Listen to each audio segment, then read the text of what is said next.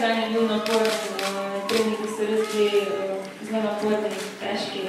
Ampak v glavi je bilo skozi tista, sem da nekako celo ostanem skozi cel pripravljalni del, na koncu potem se dobro spočijemo in tudi je potem nedalo. Mislim, da sem spala samo 3 ure, ker mislim, da smo prišli na olimpijsko vas okrog 2 zjutraj, ampak vse tiste adrenalin je bil še vedno v meni, da nisem mogla zaspati.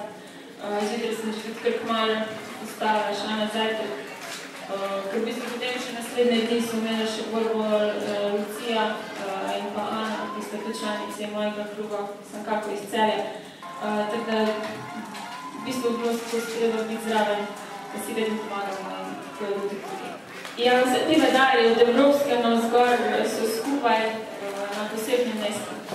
Tako da olimpijske, evropske, svetovne skupaj. Nimam kaj veliko informacij, ker pod sabo nosim mobitela.